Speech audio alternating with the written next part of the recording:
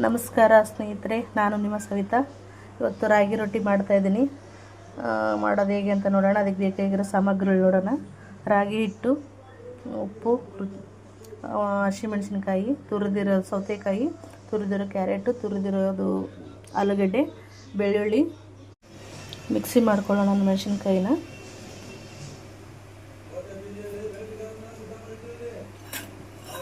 ಬೆಳ್ಳುಳ್ಳಿ ಆಪ್ಷನಲ್, ನಿಮ್ಗೆ ಬೇಕಂದ್ರೆ ಹಾಕ್ಕೋಬೋದು, ಇಲ್ಲಾಂದ್ರೆ ಇಲ್ಲ. ಮತ್ತು ಹಸಿ ಶುಂಠಿ ಇದ್ದರೂ ಕೂಡ ಹಾಕ್ಕೊಳ್ಳಿ. ನಮ್ಮ ಮನೇಲಿ ಖಾಲಿ ಆಗಿದೆ, ಹಂಗಾಗಿ ನಾನು ಹಸಿ ಶುಂಠಿ ಹಾಕ್ತಾಯಿಲ್ಲ. ಹಿಟ್ಟು ಕಲಸೋಣ ರಾಗಿ ರೊಟ್ಟಿ ಮಾಡಲಿಕ್ಕೆ. ರಾಗಿ ಹಿಟ್ಟು ನಿಮ್ಗೆ ಎಷ್ಟು ಬೇಕು ನೋಡಿ ಕ್ವಾಂಟಿಟಿ ಅಷ್ಟು ಹಾಕ್ಕೊಳ್ಳಿ. ಮತ್ತು ಸೌತೆಕಾಯಿ ತುರಿದಿರೋದು, ಕ್ಯಾರೆಟು, ಆಲೂಗಡ್ಡೆ ಮತ್ತು ಬೇರೆ ಯಾವುದಾದ್ರೂ ತರಕಾರಿ ಬೇಕಂದ್ರೂ ನೀವು ಹಾಕ್ಕೋಬೋದು. ಈರುಳ್ಳಿ, ಕೊತ್ತಂಬರಿ, ಈ ಥರ ಎಲ್ಲ ನೀಟಾಗಿ ಮಿಕ್ಸ್ ಮಾಡ್ಕೊಳ್ಳೋಣ. ಎಲ್ಲ ತರಕಾರಿ ತುರಿದಿರೋದು ಪೇಸ್ಟು ಎಲ್ಲ ಇದಕ್ಕೆ ಹಿಟ್ಟಿಗೆ ಹತ್ಕೊಂಡಿರೋ ಥರ ಎಲ್ಲ ನೀಟಾಗಿ ಕಲಿಸ್ಕೊಂಡು ನೋಡ್ಕೊಂಡು ಈ ಥರ ಒಳಗೆ ಸಿಟ್ಟ ಮೇಲೆ ಚೂರು ಕೈ ಎಣ್ಣೆಲೆದ್ದಿ ಕಲಸಿರೋ ಹಿಟ್ಟನ್ನ ತೋರಿಸಿ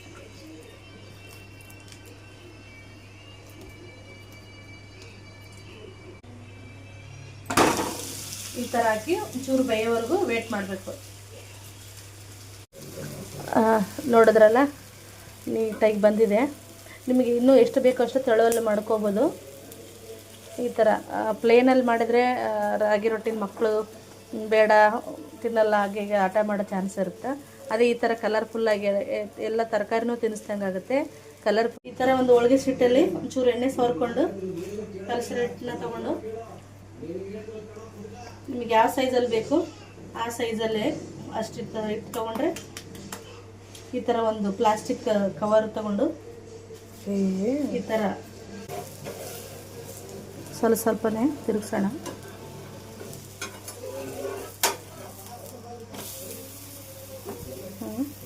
ಸವಿಯಲು ಸಿದ್ಧವಾಗಿದೆ. ಮೊಸರು ರಾಗಿ ರೊಟ್ಟಿ ಟೇಸ್ಟ್ ಮಾಡೋಣ. ಮೊಸರು ಬೇಡ ಅಂದರೆ ನೀವು ಚಟ್ನಿ ಕೂಡ ಮಾಡ್ಕೊಂಡು ತಿನ್ಬೋದು, ತುಂಬ ಚೆನ್ನಾಗಿರುತ್ತೆ.